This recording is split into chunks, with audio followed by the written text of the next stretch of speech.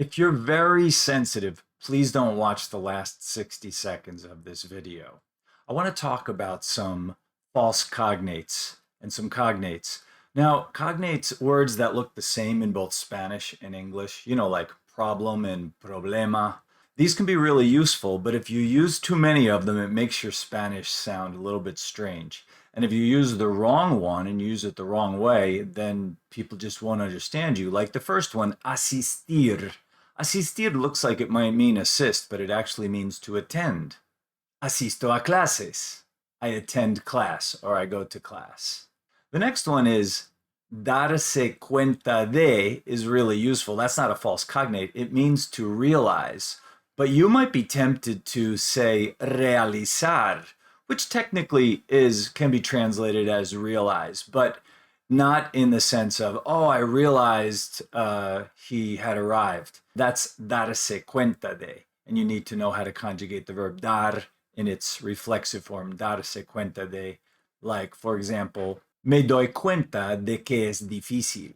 I realize it is difficult. Realize, the other, realizar, is to realize, like to carry something out to its end, to complete something. The next one is really common, and that's actual.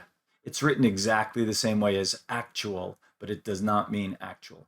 Actual is an adjective, and it means current, present, or more commonly, we would probably express it with the word now in English. The problem is that we would put the word now maybe at the end of the sentence, and in Spanish, you would put it at the beginning of the sentence. Actual. And actualmente is currently or presently.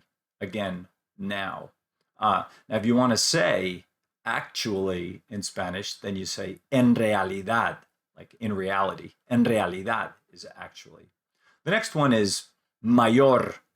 Mayor looks like mayor, but it doesn't mean mayor at all. Mayor is older or greater. If you want to say mayor in Spanish, it's alcalde, el alcalde. Okay, now for the last one. Again, if you're a very sensitive person, you can just go to the next video.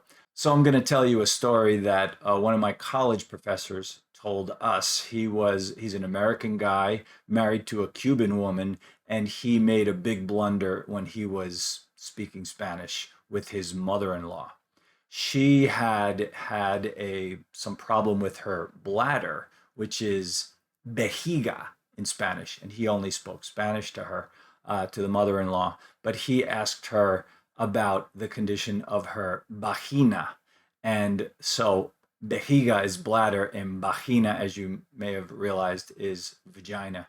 And so she was, to say the least, quite shocked that he was asking her about this. And by the time he realized his mistake, it was too late, even though I don't know if they were able to laugh about it, but I don't think so. I think it was more taken as an offense. So the moral of the story is learn your false cognates, which ones to avoid the most. And this isn't a false cognate. This was just a mess up. It's easy to mix up your vowels and your consonants and make a blunder like that. If you enjoyed this, please subscribe and like the video, and I look forward to reading your comment about some of your embarrassing or fun moments mixing up words between languages.